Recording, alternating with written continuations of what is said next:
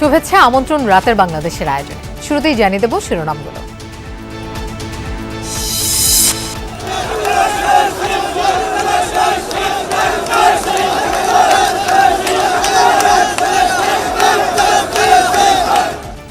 সিলেটে জনসভার মধ্য দিয়ে ধানের শীষের প্রচার শুরু করলেন তারেক রহমান। বললেন, জনগণের ভোটাধিকার হরণের ষড়যন্ত্র করছে একটি কুচক্রী মহল।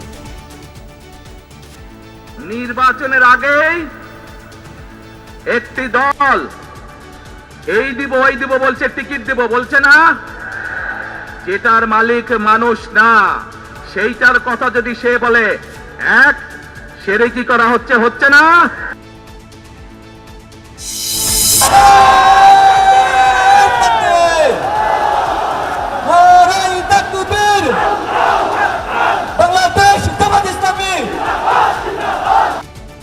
মিরপুরে সমাবেশ থেকে শুরু হলো 10 দলীয় জোটের আনুষ্ঠানিক প্রচার।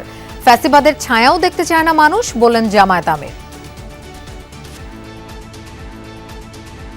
ফ্যাসিবাদ এখন যদি নতুন কোনো জামা পরে আমাদের সামনে আসে, 5 আগস্ট যে পরিণতি হয়েছিল সেই নতুন জামা পরা ফ্যাসিবাদের একই পরিণতি হবে।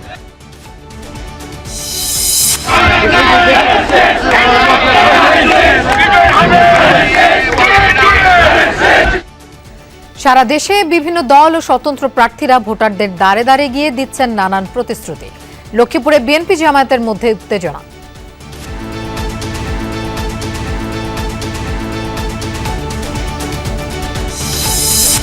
ভোটারদের কাছ থেকে এনআইডি কার্ড নেয়ার সত্যতা পেয়েছে নির্বাচন কমিশন, জানালেন সিনিয়র সচিব। ভোটের আগের দিনও সাধারণ ছুটি ঘোষণা।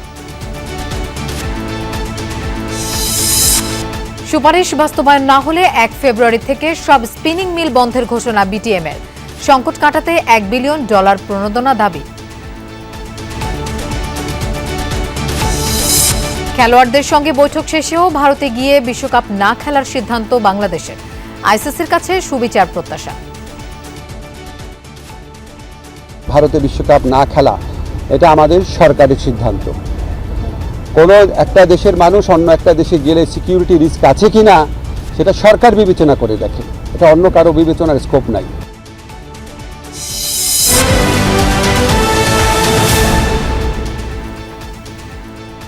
এতক্ষণ শিরোনাম দেখছিলেন, আপনাদের সঙ্গে থাকছি আমি মৌসুমী আহমেদ লোপা। প্রথম দিনেই জমজমাট ভোটের প্রচারণা, মিছিল, সভা সমাবেশ ছাড়াও প্রার্থী ও কর্মীরা ঘুরে বেড়াচ্ছেন নিজ নিজ সংসদীয় এলাকায়। বিএনপির চেয়ারম্যান তারেক রহমান পুণ্যভূমি সিলেট থেকে ধানের শীষের পক্ষে প্রচার শুরু করেছেন, আর ঢাকায় এনসিপি সহ শরিক নেতাদের নিয়ে নির্বাচনী সমাবেশ করেছেন জামায়াতের আমির ডক্টর শফিকুর রহমান। বসে নেই অন্যান্য দল ও স্বতন্ত্র প্রার্থীরাও।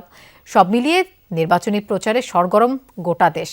আর এসব খবরই থাকবে রাতে বাংলাদেশের আয়োজনে। প্রথম দিনের নির্বাচনী প্রচারে যোগ দিয়ে বিএনপির চেয়ারম্যান তারেক রহমান একটি রাজনৈতিক দলের বিরুদ্ধে ইলেকশন ইঞ্জিনিয়ারিং ও ষড়যন্ত্রের অভিযোগ এনেছেন।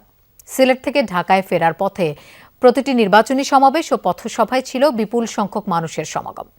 সেখানে তারেক রহমান বিএনপি মনোনীত ধানের শীষের প্রার্থীকে বিজয়ী করার আহ্বান জানান। বলেন, ধর্মের নামে প্রতারণা শিরক করছে একটি দল। তারেক রহমানের নির্বাচনী সমাবেশের খবর জানাচ্ছেন সহকর্মী সাইফুদ্দিন রবিন, আর ক্যামেরায় ছিলেন আলামিন তালুকদার ও রানা হোসেন। তারেক রহমান আসবেন, তাই দূর দূরান্ত থেকে মানুষের ছুটে আসা। জমির আলপথ ধরে, পায়ে হেঁটে, বাসে, ট্রাকে, পিকআপে চড়ে যে যেভাবে পারছেন যোগ দিচ্ছেন বিএনপি চেয়ারম্যান তারেক রহমানের নির্বাচনী সমাবেশে। আর তারেক রহমানও যেন ক্লান্তিহীন, ছুটে বেড়াচ্ছেন এক জেলা থেকে আরেক জেলায়। সিলেট, মৌলভীবাজার, হবিগঞ্জ, ব্রাহ্মণবাড়িয়া কিংবা কিশোরগঞ্জের ভৈরব, একই চিত্র সবখানে। বিএনপির নির্বাচনী সমাবেশে নেতাকর্মী আর সাধারণ মানুষের উপচে পড়া ঢল। ধানের শীষ আর তারেক রহমানের স্লোগানে প্রকম্পিত প্রতিটি সভাই। নেই দিন রাতের ব্যবধান। কোথাও কোথাও তারেক রহমানের যোগ দিতে রাত হয়ে গেলেও সমাবেশ ছেড়ে যায়নি কেউই। হবিগঞ্জের নির্বাচনী সমাবেশে যোগ দিয়ে তারেক রহমান বলেন, পোস্টাল ব্যালট দখলের চেষ্টা করছে একটি রাজনৈতিক দল। মুক্তিযুদ্ধে যে দলের ভূমিকার জন্য বহু নারীর সম্ভ্রমহানি ঘটেছে, নতুন করে সেই দলকে দেখবার কিছু নেই বলেও মনে করেন তারেক রহমান। লক্ষ মানুষের প্রাণের বিনিময়ে এই দেশ স্বাধীন হয়েছিল, লক্ষ মা বোনের সম্মানের বিনিময়ে এই দেশ স্বাধীন হয়েছিল। ঠিক ঠিক কিন্তু সেদিন আজকের এই রাজনৈতিক দলটি কাদের পক্ষ নিয়েছিল? যারা বাংলাদেশকে স্বাধীন হতে দেয় নাই তাদের পক্ষ নিয়ে। তাদেরকে দেখার কথা বলছে, রে ভাই এদেরকে তো আমরা 50 বছর আগে দেখেছি, তাদের ভূমিকা দেশের বিরুদ্ধে ছিল। কাজে নতুন করে আর দেখবার কিছু নাই তাদেরকে। নির্বাচন সামনে রেখে একটি দলের বিরুদ্ধে ষড়যন্ত্রমূলক ইলেকশন ইঞ্জিনিয়ারিং এর অভিযোগ করেন বিএনপি চেয়ারম্যান। বাড়ি বাড়ি গিয়ে আর্থিক প্রলোভনের অভিযোগ তুলে তিনি বলেন, নির্বাচনের আগেই অসৎ কাজ করছে সেই দলটি। বিকাশ নাম্বার নিচ্ছে, ফোন নাম্বার নিচ্ছে, বিকাশ করে টাকা পাঠাচ্ছে, এই বলে তাদের পরিকল্পনা। অনেকে ধরাও পড়েছে, এগুলাও পত্রপত্রিকায় খবরে এসেছে, শুনেছেন এসব খবর? তাহলে নির্বাচনের আগে যারা মানুষকে এইভাবে অর্থ প্রদান করে, আগেই যারা অসৎ কাজ করে, তারা কেমন করে সৎ মানুষের শাসন কায়েম করবে?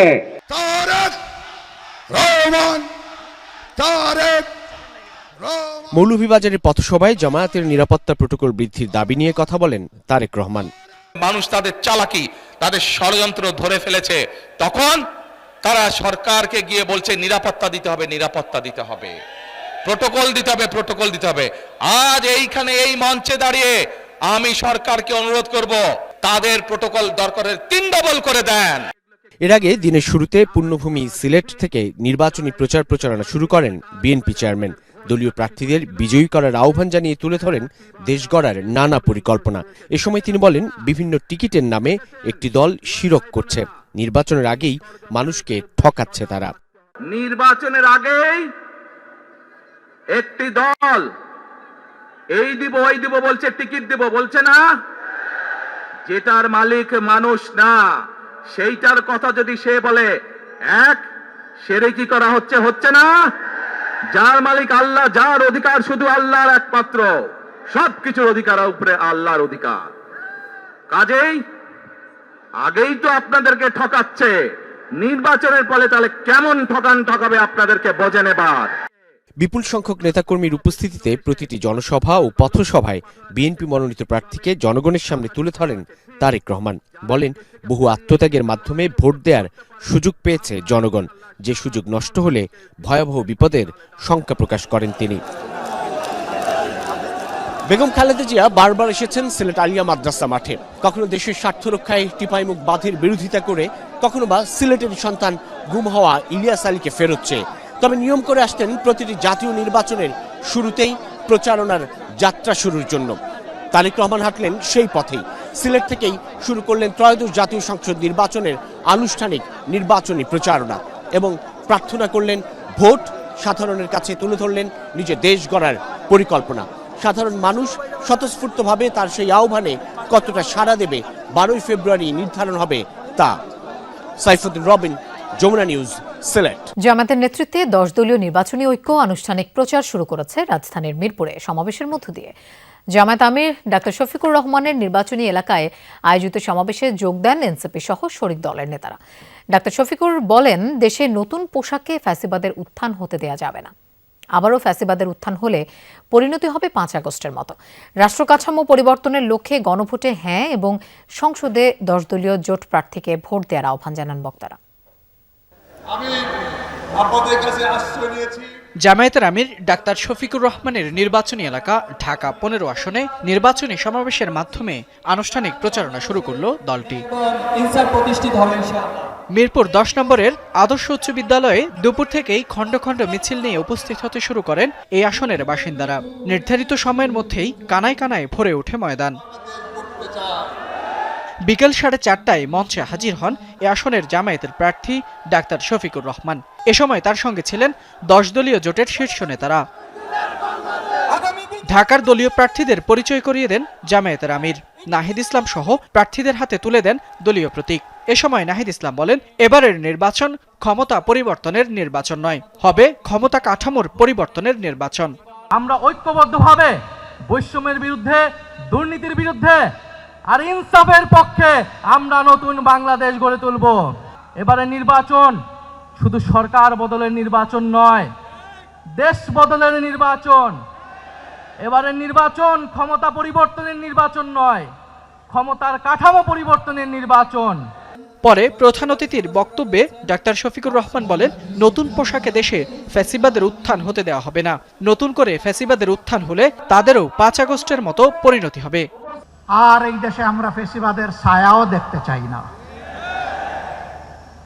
ফ্যাসিবাদ এখন যদি নতুন কোনো জামা পরে আমাদের সামনে আসে, 5 আগস্ট যে পরিণতি হয়েছিল সেই নতুন জামা পরা ফ্যাসিবাদের একই পরিণতি হবে। এবার রাষ্ট্র কাঠামো পরিবর্তনের লক্ষ্যে গণভোটে হাকে জয়যুক্ত করার আহ্বান জানান জামায়াতের আমির। এর অর্থ হচ্ছে চাঁদাবাজের বিপক্ষে হা ভোট, এর অর্থ হচ্ছে দখলদারদের বিরুদ্ধে হা ভোট, এর অর্থ হচ্ছে ফ্যাসিবাদের বিরুদ্ধে হা ভোট, এর অর্থ হচ্ছে ব্যাংক ডাকাতদের বিরুদ্ধে হা ভোট। এই 10 দলকে বিজয়ী করার মানে হচ্ছে আধিপত্যবাদের বিরুদ্ধে হা ভোট। এ সময় নিজ নির্বাচনী এলাকার উন্নয়নে তার সংক্ষিপ্ত ইস্তেহার তুলে ধরেন ডাক্তার শফিকুর রহমান।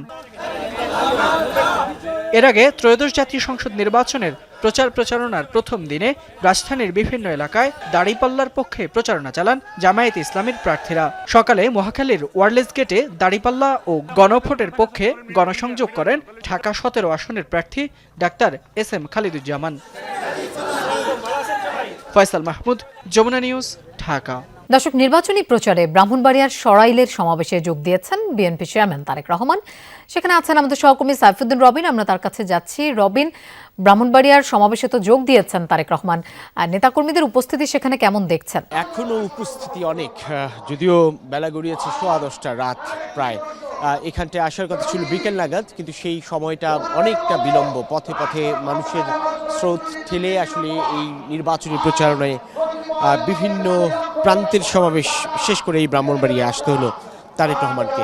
সে কারণে ভর দুপুর পর্যন্ত কিংবা বিকেল পর্যন্ত কিংবা সন্ধ্যা পর্যন্ত যে উপস্থিতি ছিল সেখানটায় খানিকটা ঘাটতি, কিন্তু তারপরেও সাধারণ মানুষের যে স্বতঃস্ফূর্ততা সেটি এখনও অব্যাহত রয়েছে। এখন এই মুহূর্তটায় ব্রাহ্মণবাড়িয়া সরাইলের এই কুট্টিপাড়ায় যে নির্বাচনী সমাবেশে যোগ দিয়েছেন বিএনপি চেয়ারম্যান তারেক রহমান, তিনি খানিক বাদেই এখানকার সমাবেশে বক্তব্য রাখবেন। তবে এখন বক্তব্য রাখছেন গণসংহতি আন্দোলনের প্রধান সমন্বয়কারী জোনায়েদ সাকি। উল্লেখ করার মতো বিষয় যেটি, এই ব্রাহ্মণবাড়িয়া জেলায় 6টি সংসদীয় আসন রয়েছে। যেই 6টি সংসদীয় আসনের মধ্যে 2টি সংসদীয় আসন একটি গণসংহতি আন্দোলন প্রধান সমন্বয়কারী জোনায়েদ সাকি এবং অন্যটিতে জমিয়তে উলামায়ে ইসলামের জুনায়েদ আল হাবিবি প্রতিদ্বন্দ্বিতা করছেন। এই 2টি আসন সমঝোতা হয়েছে, নির্বাচনী আসন সমঝোতা হয়েছে যুগপৎ আন্দোলনে থাকা দলগুলোর সঙ্গে। এর বাইরে 4টি আসনেই বিএনপি দলীয় প্রার্থী অর্থাৎ ধানের শীষ প্রতীকের প্রার্থী রয়েছে। বিএনপি চেয়ারম্যান তারেক রহমান এই সমাবেশ থেকেও শুধুমাত্র ধানের শীষের প্রার্থীদের জন্যই নয়, বরং বিএনপি যাদেরকে মনোনয়ন দিয়েছে আসন্ন নির্বাচনে সেই মনোনীত প্রার্থীদের বিষয়ে সাধারণ মানুষের কাছে ভোট চাইবেন এবং তার যথারীতি এখানটাতেও সেই আগামী দিনে রাষ্ট্র ক্ষমতায় এলে বা সরকার গঠন করতে পারলে কিভাবে দেশ পরিচালনা করবেন, কি পরিকল্পনা করে দেশের মানুষের জীবনমানের উন্নয়ন ঘটাতে চান সেই বিষয়গুলোই তুলে ধরবেন। এখনও এরপরেই সমাবেশটি রয়েছে কিশোরগঞ্জে ভৈরবে, তারপর নরসিংদী, এরপর নারায়ণগঞ্জের রূপগঞ্জে, অর্থাৎ আরও অনেকটা পথ, ঢাকার পথে ফেরার পথে অনেকটা পথ বাকি রয়েছে এবং আরও 3টি পথসভা অংশ নেওয়ার কথা রয়েছে বিএনপি চেয়ারম্যান তারেক রহমান। সেটি হয়তোবা মধ্যরাত পেরিয়েও যেতে পারে। লোপা। রবিন, আপনাকে ধন্যবাদ আমাদের সাথে যোগ দেওয়ার জন্য। দর্শক, এবার দেখাবো রাজধানীর বাইরের নির্বাচনী প্রচারণার আরও খবর। সারা দেশে সকাল থেকেই বিভিন্ন আসনের প্রার্থীরা কর্মী সমর্থকদের নিয়ে নির্বাচনী এলাকায় গণসংযোগে নামেন। বাড়ি বাড়ি গিয়ে ভোটারদের সমর্থন চাইছেন, দিচ্ছেন এলাকার উন্নয়ন সহ নানা রকম প্রতিশ্রুতি। অংশ নিচ্ছেন উঠান বৈঠক, সভা সমাবেশে। ব্যানার, ফেস্টুন, মাইকিং এর মাধ্যমেও ভোটারদের দৃষ্টি আকর্ষণের চেষ্টা করছেন প্রার্থীরা। দেশজুড়ে এখন নির্বাচনী আমেজ। প্রার্থীদের প্রচারণায় মুখর শহর বন্দর গ্রামের অলিগলি। সকালে চট্টগ্রামের কদমতলী থেকে গণসংযোগের মাধ্যমে প্রচারণা শুরু করেন চট্টগ্রাম 11 আসনে ধানের শীষের প্রার্থী আমির খসরু মাহমুদ চৌধুরী। চষে বেড়ান নিজ নির্বাচনী এলাকা। সবচেয়ে জনপ্রিয় দল হিসাবে তারা আজকে বিএনপির পাশে দাঁড়িয়েছে, কারণ বিএনপি তাদের পাশে ছিল গত 17 বছর। কক্সবাজার 1 আসনে নির্বাচনের প্রচারণা শুরু করেন সালাউদ্দিন আহমদ। চকরিয়ার বিভিন্ন এলাকায় গণসংযোগে তুলে ধরেন ভবিষ্যৎ উন্নয়ন পরিকল্পনার কথা। মানুষের ভোটাধিকার আমরা ফেরত পেয়েছি, আমাদের এখন অপেক্ষা সেই ভোটাধিকার প্রয়োগের জন্য। বিএনপি চেয়ারম্যান তারেক রহমানের পক্ষে বগুড়া 6 আসনের প্রচারণায় নেমেছেন স্থানীয় নেতাকর্মীরা। লাহিড়িপাড়া ও ভবানীগঞ্জ এলাকায় ধানের শীষ মার্কায় ভোট চান তারা।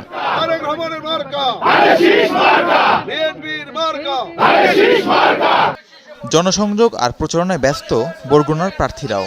সকাল থেকেই নানা প্রতিশ্রুতি নিয়ে ভোটারদের দ্বারে দ্বারে যান বরগুনা 2 আসনের বিএনপি প্রার্থী নুরুল ইসলাম মনি। সারা বাংলাদেশের মানুষ ধানের শীষের মুখে, ইনশাল্লাহ ধানের শীষের জোয়ার সেটা আকাশচুম্বী জোয়ার। প্রচারণায় নেমে ফুলেল শুভেচ্ছায় সিক্ত হন ফেনী 3 আসনের ধানের শীষের প্রার্থী আব্দুল আল মিন্টু। এ সময় এলাকার উন্নয়ন নিয়ে নিজ পরিকল্পনা জানিয়ে ভোট চান তিনি। শুধু বিল্ডিং বানানো না, এই উন্নয়ন হবে স্বাস্থ্য খাতের, স্বাস্থ্যসেবার উন্নয়ন, খেলাধুলার উন্নয়ন এবং শিক্ষার উন্নয়ন। আনুষ্ঠানিক প্রচারণা শুরুর দিনে খুলনার খালিশপুরে পথসভা করেন 3 আসনের বিএনপি প্রার্থী রকিবুল ইসলাম বকুল। মাদক ও সন্ত্রাস নির্মূলের প্রতিশ্রুতি দেন তিনি। ইনশাল্লাহ জনগণ যেভাবে স্বতঃস্ফূর্ততা জানিয়েছেন, সমর্থন জানিয়েছেন, আমরা শতভাগ আশাবাদী। নাটোরের নির্বাচনী প্রচারণা শুরু করেছেন 2 আসনের বিএনপি প্রার্থী রুহুল কুদ্দুস তালুকদার দুলু। দোয়া মোনাজাতের মধ্যে দিয়ে শুরু করেন প্রথম দিনের প্রচারণা। বিপুল ভোটের মাধ্যমে আমাকে ধানের শীষ তারেক রহমান নেতৃত্বে বিএনপির প্রার্থী হিসাবে আমাকে আবারও নির্বাচিত করবে বলে আমি প্রত্যাশা। ভোটের মাঠে সরব উপস্থিতি রয়েছে জামাত প্রার্থীদেরও। খুলনায় ভোটারদের দ্বারে দ্বারে গিয়ে দাঁড়িপাল্লার পক্ষে ভোট চান খুলনা 5 আসনের প্রার্থী মিয়া গোলাম পরোয়ার। দাঁড়িপাল্লার পক্ষে বিপুল উৎসাহ, উদ্দীপনা, একটা আনন্দ, উৎসবমুখর পরিবেশে তারা আজকের এই গণসংযোগে আমার সঙ্গে আছে। পথসভা ও প্রচারণায় সকাল থেকেই ব্যস্ত সময় কাটছে রাজশাহী 1 আসনের জামাত প্রার্থী মুজিবুর রহমানের। নতুন বাংলাদেশ গড়ার প্রত্যয়ে নিজের পক্ষে ভোট চান তিনি। আমাদের লেভেল প্লেইং ফিল্ডে অনেক ঘটনা ঘটেছে যেগুলো সরকারের করা উচিত ছিল, করে নাই। কর্মী সমর্থকদের নিয়ে সকাল থেকেই নিজ নির্বাচনী এলাকা চষে বেড়াচ্ছেন ভোলা 1 আসনের জামাত প্রার্থী নজরুল ইসলাম। ভোটারদের মন জয়ে দিচ্ছেন নানা প্রতিশ্রুতি। পরিবেশটা যদি শেষ পর্যন্ত থাকে তাহলে উৎসবমুখর পরিবেশে সমস্ত ভোটাররা ভোট প্রদান করতে পারবে। পিছিয়ে নেই এনসিপি, অন্যান্য দল এবং স্বতন্ত্র প্রার্থীরাও। ফেনী 2 আসনে ইগল মার্কার প্রার্থী মুজিবুর রহমান মঞ্জু ভোটারদের দ্বারে দ্বারে গিয়ে প্রচারণা চালান।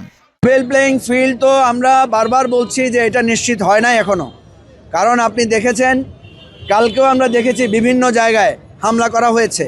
ঝিনাইদহ 4 আসনের স্বতন্ত্র প্রার্থী সাইফুল ইসলাম ফিরোজ জনসভা করেন নলডাঙ্গা স্কুল মাঠে। এ সময় তার জনসভায় আসার পথে কর্মীদের উপর হামলার অভিযোগ করেন। 1 আসনের বিএনপি প্রার্থী রাশেদ খানও ব্যস্ত সময় কাটাচ্ছেন জনসংযোগে। আমার এলাকার জনগণের পূর্ণ সমর্থন আছে, আমি নির্বাচনে জয়ের ব্যাপারে শতভাগ আশাবাদী। মানুষের ব্যাপক সাড়া রয়েছে। আমি দৃঢ় বিশ্বাস করি এই এলাকার মানুষ ধানের শীষ প্রতীকে ভোট দিয়ে আমাকে নির্বাচিত করবে। বিকেলে প্রচারণা শুরু করেন নোয়াখালী 6 আসনে এনসিপি প্রার্থী আব্দুল হান্নান মাসুদ। দিন বদলের প্রত্যয়ে ভোটারদের থেকে ভোট চান তিনি। আমরা এখানে একত্রিত হয়েছি এই দেশকে জুলাই গণঅভ্যুত্থানের আকাঙ্ক্ষা বাস্তবায়ন করা এবং নতুন এক বাংলাদেশ উপহার দেওয়ার জন্য। মায়ের কবর জিয়ারত করে গণসংযোগে নামেন পটুয়াখালী 3 আসনে বিএনপি জোটের প্রার্থী নুরুল হক নূর। নির্বাচনে ভোটারদের দোয়া এবং ভোট প্রার্থনা করেন। পঞ্চগড় 1 আসনে এনসিপির উত্তরাঞ্চলের মুখ্য সংগঠক সার্জিস আলমের পক্ষে গণসংযোগ ও প্রচারণা চালায় স্থানীয় নেতাকর্মীরা। এছাড়াও দেশের বিভিন্ন স্থানে প্রচারণা চালাচ্ছেন ত্রয়োদশ জাতীয় সংসদ নির্বাচনের প্রার্থীরা। রাহিম সারোয়ার, যমুনা নিউজ। মুন্সিগঞ্জ 2 আসনে নির্বাচনী প্রচারে বিএনপির 2 পক্ষের মধ্যে সংঘর্ষ হয়েছে, আহত হয়েছে বেশ কয়েকজন। দুপুরে দিঘিরপাড় বাজার ও কামারখাড়া বাজারে হয় এই ঘটনা। স্থানীয়রা জানায় বিএনপি নেতা শামীম মোল্লা ও অলিউল্লাহ খানের সমর্থকরা জড়ান সংঘর্ষে। দুপুরে নির্বাচনী সভায় খণ্ড খণ্ড মিছিল নিয়ে আসছিলেন নেতাকর্মীরা। এই সময় সভার সঞ্চালক জেলা বিএনপির সদস্য শামীম মোল্লার নাম উল্লেখ করলেও দিঘিরপাড় ইউনিয়ন বিএনপির সাবেক সভাপতি অলিউল্লাহ খানের নাম না বলায় উত্তেজনা ছড়ায়। এক পর্যায়ে সভার সঞ্চালককে মারধর করা হয়। পরে সংঘর্ষে জড়ায় দুপক্ষের নেতাকর্মীরা। পরিস্থিতি কিছু শান্ত হলে আবারও দুপক্ষের মধ্যে মারামারি হয়। খবর পেয়ে পুলিশ গিয়ে পরিস্থিতি নিয়ন্ত্রণে আনে। এদিকে লক্ষ্মীপুরের ভবানীগঞ্জ ইউনিয়নে ব্যানার টানানোকে কেন্দ্র করে পাল্টাপাল্টি হামলার অভিযোগ উঠেছে বিএনপি ও জামাত নেতাকর্মীদের বিরুদ্ধে। আহত হয়েছেন 5 জন। সকালে রিফিউজি মার্কেট এলাকায় এই ঘটনা ঘটে। স্থানীয়রা জানায় ব্যানার টানানোকে কেন্দ্র করে 2 দলের নেতাকর্মীদের মধ্যে বাকবিতণ্ডা হয়, যা গড়ায় পাল্টাপাল্টি হামলায়। আহতরা হাসপাতালে চিকিৎসাধীন রয়েছে। পুলিশ জানিয়েছে তদন্ত সাপেক্ষে ব্যবস্থা নেওয়া হবে। কুমিল্লার হোমনায় বিএনপি ও স্বতন্ত্র প্রার্থীর সমর্থকদের মধ্যে সংঘর্ষ হয়েছে, আহত হয়েছে অন্তত 5 জন। স্থানীয়রা জানায় একটি কবর জিয়ারত শেষে হোমনার শ্রীমদ্ধিতে আরেকটি কবর জিয়ারতের উদ্দেশ্যে বৃহস্পতিবার বিকেলে যাচ্ছিল স্বতন্ত্র প্রার্থী আব্দুল মতিন খানের নেতৃত্বে একটি মিছিল। প্রার্থীর অভিযোগ, ওই এলাকায় গেলে ধানের শীষের নেতাকর্মীরা তাদের বাধা দেয়। বাগবিতণ্ডার এক পর্যায়ে সংঘর্ষে জড়ায় দুপক্ষ। ভাঙচুর করা হয় বিএনপি নেতা জহিরুল হক জহরের গাড়ি। সুশাসনের প্রতিশ্রুতি আর নির্বাচন ইঞ্জিনিয়ারিংয়ের আশঙ্কা করে ঢাকার বিভিন্ন আসনে ধানের শীষের জন্য ভোট চেয়েছেন বিএনপির প্রার্থীরা। উৎসবমুখর পরিবেশে চষে বেড়াচ্ছেন অলিগলি। কেন্দ্রে গিয়ে ভোট দেওয়ার আহ্বান জানান প্রার্থীরা। বিএনপির প্রার্থীরা জানিয়েছেন, সরকার কোনো বিশেষ দলকে কারচুপির সুযোগ না দিলে তারা বিপুল ভোটে জয়ী হবেন। সন্ত্রাস, চাঁদাবাজি দমন আর দেশ রক্ষার প্রতিশ্রুতিও দেন তারা।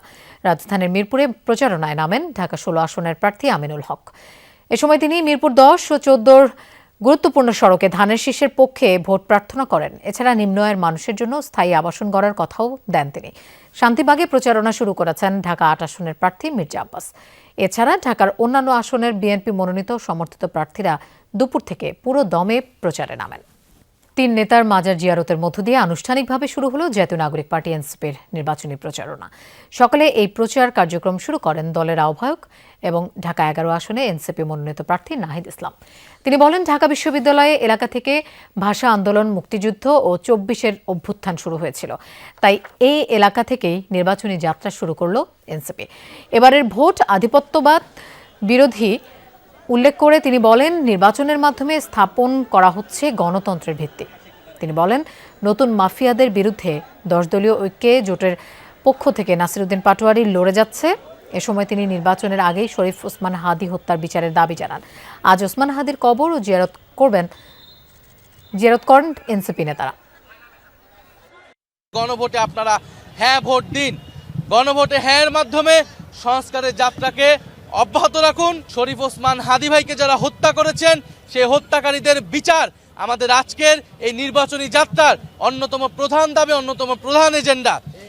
আমরা নির্বাচনের আগেই তার চার্জশিট থেকে শুরু করে সকল কার্যক্রম যাতে সম্পন্ন হয়, হত্যাকাণ্ডের সুষ্ঠু বিচার আমরা এই বাংলার মাটিতে আদায় করে ছাড়বো ইনশাআল্লাহ।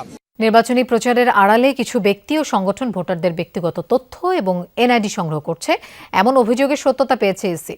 এ বিষয়ে ভোটার, প্রার্থীসহ সংশ্লিষ্ট সবাইকে সচেতন হতে আহ্বান জানানো হয়েছে। সন্ধ্যায় নির্বাচনী ভবনে এক ব্রিফিংয়ে এমনটি জানান ইসি সচিব।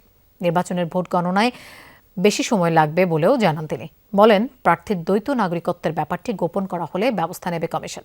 ভোটের সময় মোবাইল ও ইন্টারনেট ভিত্তিক ব্যাংকিং কার্যক্রম বন্ধ নয়, সীমিত করা হবে বলেও জানান তিনি। এর আগে দুপুরে মানহানির অভিযোগ দিতে ইসিতে আসেন রুমিন ফারহানা। সংসদ নির্বাচন ও গণভোট উপলক্ষে মোবাইল ব্যাংকিং নিয়ে সরকারের বিভিন্ন মন্ত্রণালয়, বিভাগ ও মোবাইল ব্যাংকিং প্রতিষ্ঠানের সাথে ইসির বৈঠক। 1.5 ঘণ্টাব্যাপী বৈঠক শেষে সাংবাদিকদের সাথে কথা বলেন সিনিয়র সচিব আক্তার আহমেদ। বলেন, এবারের নির্বাচনে প্রায় 500 পর্যবেক্ষক আসবে বলে ধারণা করছে ইসি। 50 জন জার্নালিস্ট অ্যাক্রস দ্য ওয়ার্ল্ড এবং 78 অবজারভার্স অ্যাক্রস দ্য ওয়ার্ল্ড ওনারা আসতে চান। এটা প্রতিনিয়ত বাড়ছে, হয়তো দেখা যাবে যে আরও আধা ঘন্টা পরে বা 1 ঘন্টা পরে এটার সংখ্যা ভিন্ন হচ্ছে।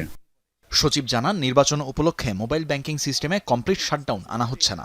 2টি ব্যালট এবং প্রার্থীর আধিক্যের কারণে ভোট গণনার সময় বেশি লাগবে বলেও জানান তিনি। 2 দিন বা 1 দিনের জন্য পুরোপুরি বন্ধ করার ব্যবস্থাটা বোধহয় হবে না, থাকবে না। অতীতে বোধহয় এরকম ছিল, কিন্তু সেটা আমরা করব না। প্রার্থীর সংখ্যাও বেশি, ভোটারের কে 2টা করে ব্যালট পেপার আপনার সামাল দিতে হবে, কাজে গণনাতে স্বাভাবিকের সময়ের থেকে একটু বেশি সময় লাগতে পারে। আক্তার আহমেদ বলেন, ভোটারদের এনআইডি কার্ড নেওয়ার ঘটনার সত্যতা পেয়েছে কমিশন। কেউ দ্বৈত নাগরিকত্বের বিষয়ে তথ্য গোপন করেছে প্রমাণ পেলেই ব্যবস্থা নেবে ইসি। শুধু দ্বৈত নাগরিকত্ব না, অন্য কোনো তথ্য পেলে, অযোগ্যতার তথ্য পেলে সেটা যদি জানায়, কমিশন সেটা পরীক্ষা করে দেখবে এবং সেক্ষেত্রে প্রয়োজনীয় ব্যবস্থা নিবে। যেহেতু আমাদের নজরে এসছে এবং এটা আচরণবিধি ভঙ্গ, সেই জন্য আমরা সচেতনতা বৃদ্ধির জন্য করছি যে আপনি দিবেন না এবং আপনি চাইবেন না।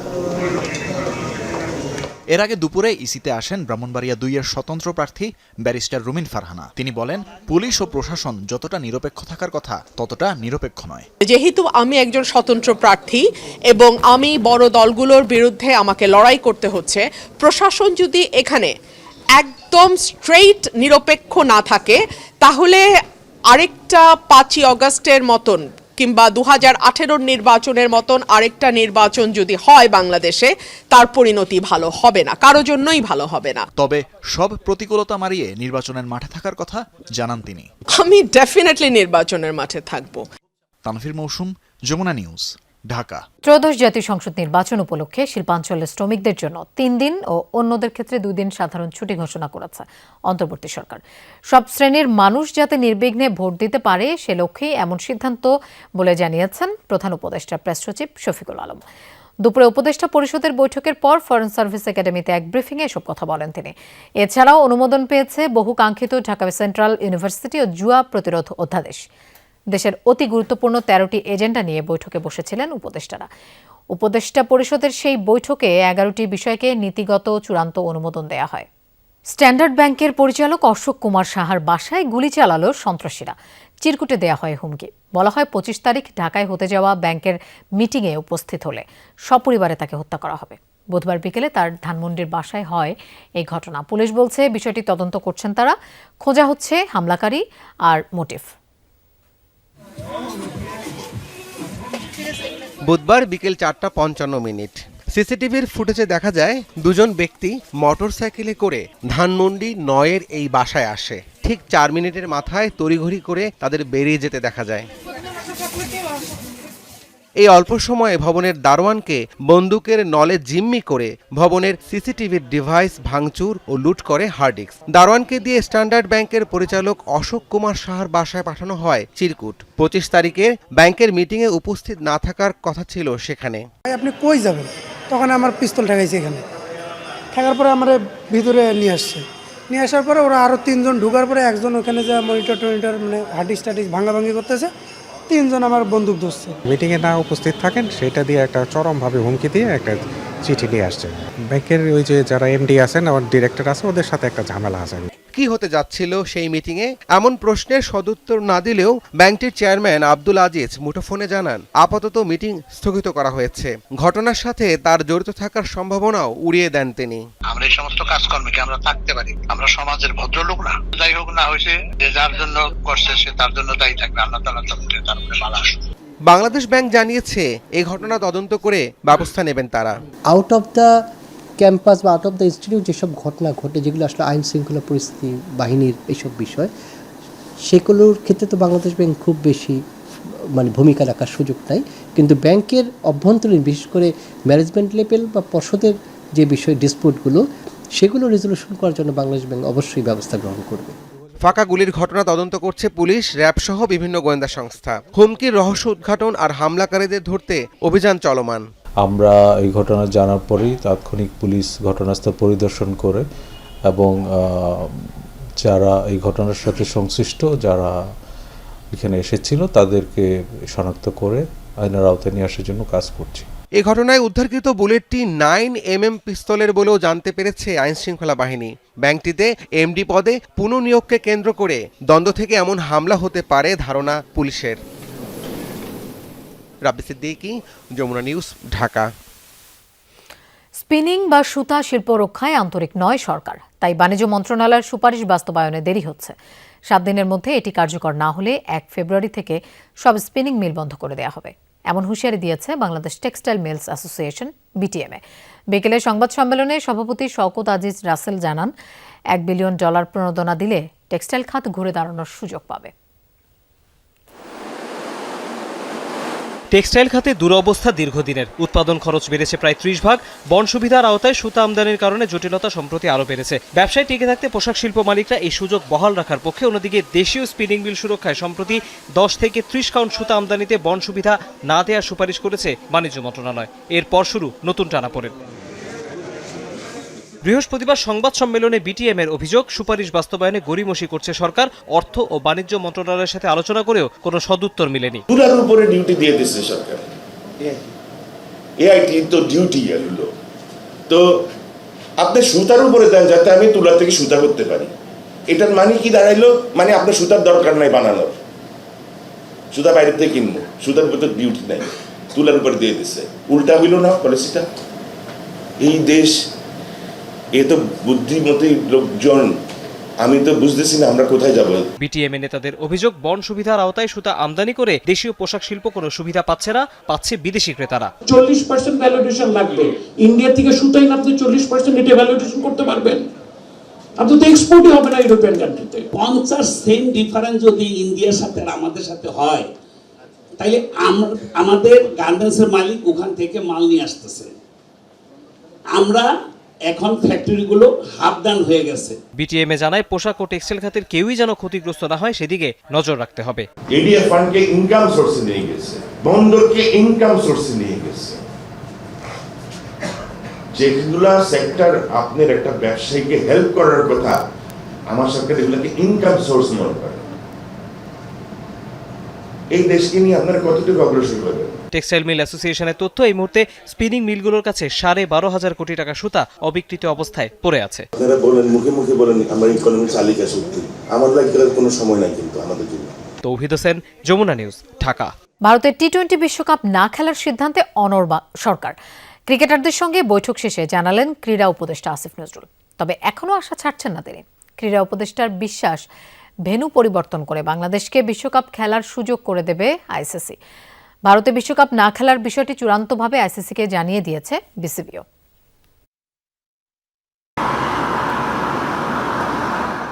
নিরাপত্তা সংকটের মাঝেও আইসিসির অনৈতিক চাপের মুখে দাঁড়িয়ে বাংলাদেশ বিশ্বকাপ খেলতে ভারতে যাবে কি, এমন সিদ্ধান্ত জানানোর অন্তিম মুহূর্তের সামনে দাঁড়িয়ে ক্রিকেটের সবচেয়ে বড় অংশীদার ক্রিকেটারদের মতামত জানতেই ক্রীড়া উপদেষ্টা তাদের সঙ্গে বসলেন। ঢাকার একটি 5 তারকা হোটেলে একে একে প্রবেশ করলেন লিটন, মিরাজ, ইমন, সাইফ, সাকিব, হাসান মাহমুদরা। খানিক বাদেই এলেন বিসিবির সভাপতি আমিনুল ইসলাম বুলবুল ও ক্রীড়া উপদেষ্টা আসিফ নজরুল। সবার মাঝেই উৎকণ্ঠা। ঘণ্টাখানেক মিটিংয়ের পর ক্রীড়া উপদেষ্টা আগের সিদ্ধান্তেই অটল থাকার কথা জানালেন। ভারতে বিশ্বকাপ না খেলা এটা আমাদের সরকারের সিদ্ধান্ত। কোনো একটা দেশের মানুষ অন্য একটা দেশে গেলে সিকিউরিটি রিস্ক আছে কিনা সেটা সরকার বিবেচনা করে দেখে, এটা অন্য কারো বিবেচনার স্কোপ নাই। বাংলাদেশ টি-20 বিশ্বকাপ বয়কট করেনি, বরং বিশ্বকাপটা শুধু ভারত ছাড়া অন্য দেশে খেলতে চায় সেটি মনে করিয়ে দিয়ে ক্রীড়া উপদেষ্টা জানান তিনি এখনো আশা ছাড়ছেন না। আমরা মনে করি আমরা আইসিসি থেকে সুবিচার পাই নাই, আমরা এখনো আশা করব আইসিসি সুবিচার করবে। আমাদের যে বিশ্বকাপ খেলার যে অধিকার, যেটা শ্রীলঙ্কাতে আমাদের খেলার সুযোগ রয়েছে, এরকম বহু নজির পৃথিবীতে আছে যে অন্য একটা ভেন্যুতে সিকিউরিটি রিস্কের কারণে খেলা হচ্ছে, আমাদের এখানে জেনুইন সিকিউরিটি রিস্ক আছে। ক্রিকেটাররা কি চান সেই বিষয়টা অবশ্য কিছু জানা যায়নি। লিটন, মিরাজরা গণমাধ্যম এড়িয়ে গেছেন। ক্রিকেটারদের সাথে আমার যা কথা হবে সেটা আমাদের ব্যক্তিগত ব্যাপার, আমাদের প্রিভিলেজ কমিউনিকেশন। তাদের কারো কথা আমি সাংবাদিকদের বলবো না, তারা নিজেরা বলতে চাইলে বলবে। আমি যদি বলি যে ক্রিকেটাররা কি বলেছে সব আপনাদের বলবো, তাহলে তো ওরা মন খুলে কথা বলতে পারবে না। আমাদের এই সাক্ষাতের উদ্দেশ্যটা ছিল আমরা সরকার কেন এই সিদ্ধান্তটা নিয়েছে সেটা তাদের ব্যাখ্যা করে বুঝিয়ে বলা। বিসিবি আইসিসিকে তাদের সিদ্ধান্ত চূড়ান্তভাবে জানিয়ে দিয়েছে, এবার আইসিসির সিদ্ধান্ত নেবার পালা। বাংলাদেশকে রেখে নাকি বাদ দিয়ে তারা বিশ্বকাপ আয়োজন করবে সেটা বলে দেবে সময়। মেহেদি নাইম, যমুনা স্পোর্টস, ঢাকা। ভারতের জম্মু ও কাশ্মীরে সেনাবাহিনীর গাড়ি খাদে পড়ে নিহত হয়েছে 10 সেনা সদস্য, আহত 7 জন। বৃহস্পতিবার সকালে 17 জন সেনা সদস্যকে বহনকারী একটি গাড়ি ডোডা জেলার খানিটপ এলাকার একটি আউটপোস্টের দিকে যাচ্ছিল। পথে নিয়ন্ত্রণ হারিয়ে রাস্তা থেকে ছিটকে পড়ে প্রায় 200 ফুট গভীর খাদে। হতাহতদের তাৎক্ষণিকভাবে হাসপাতালে নেওয়া হয়। আহতদের মধ্যে কয়েকজনের অবস্থা আশঙ্কাজনক। সেনাবাহিনী এক বিবৃতিতে জানিয়েছে দুর্ঘটনার কারণ খতিয়ে দেখতে তদন্ত শুরু হয়েছে। এ ঘটনায় শোক প্রকাশ করেছেন জম্মু ও কাশ্মীরের মুখ্যমন্ত্রী ওমর আবদুল্লাহ এবং ভারতের প্রতিরক্ষামন্ত্রী রাজনাথ সিং। দর্শক, এই ছিল রাতের বাংলাদেশের আয়োজনের। এতক্ষণ সাথে থাকার জন্য ধন্যবাদ সবাইকে। শুভরাত্রি।